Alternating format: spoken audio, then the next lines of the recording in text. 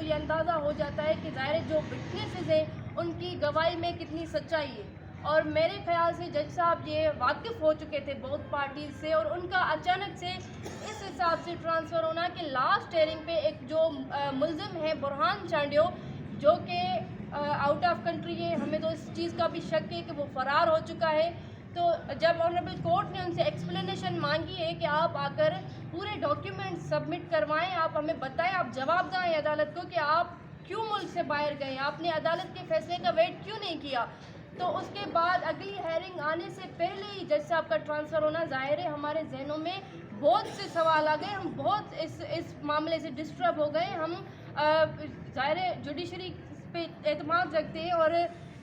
دیکھیں ابھی بھی میں یہی کہنا چاہوں گی کہ میں یقین کے ساتھ کھڑی ہوں, عدالتوں پہ اعتماد کر کے میں نے یہ ایک جنگ چھیڑی ہے. میں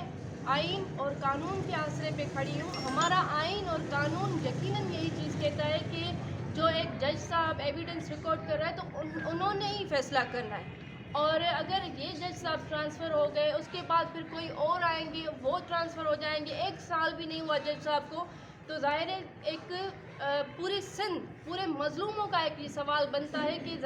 ہمیں انصاف کب ملے گا. ہم اس چیز میں امید لگا کے بیٹھے تھے کہ 3-4 ہیئرنگز میں ہمارے کیس کا فیصلہ آ جائے گا. میں یہ بھی نہیں کہتی کہ اس کے بعد جو جج صاحب آئیں گے میں ان پہ بھی یقیناً اعتماد رکھتی ہوں, کیونکہ ہم آئین اور قانون پہ کھڑے ہیں. ہم یہ سوال کرتے ہیں کہ ایک جج صاحب کا اچانک سے ٹرانسفر ہونا, ظاہر جو نئے جج صاحب آئیں گے, جو ایک اور اپائنٹمنٹ ہوگی, ان کو یہ کیس سمجھنے میں 3-4 ہیئرنگز لینی پڑیں گی. 3-4 ہیئرنگز کے بعد ہی وہ پورے معاملات کو سمجھ پائیں گے.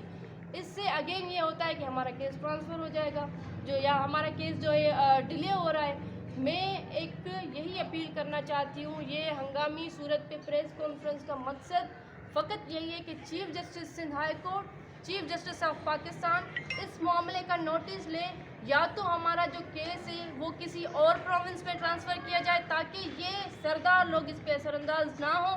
یا تو ہمارے کیس میں اسپیشلی ایک ایسے جج صاحب کو اپوائنٹ کیا جائے جو کہ پورے ایویڈنس سن کر فیصلہ کر پائیں. یقیناً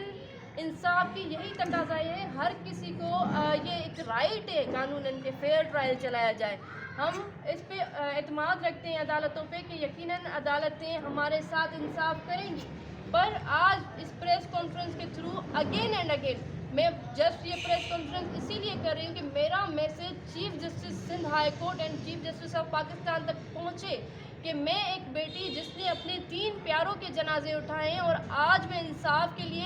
در بدر پھر رہی ہوں, میں ماری پھر رہی ہوں, اور میرے کیس میں اسے اچانک سے ان یوزلی ایک جج صاحب کا ٹرانسفر ہونا ایک بڑا سوال یا نشان ہے عدالتی نظام پہ. تو میں امید رکھتی ہوں کہ میری اس پریس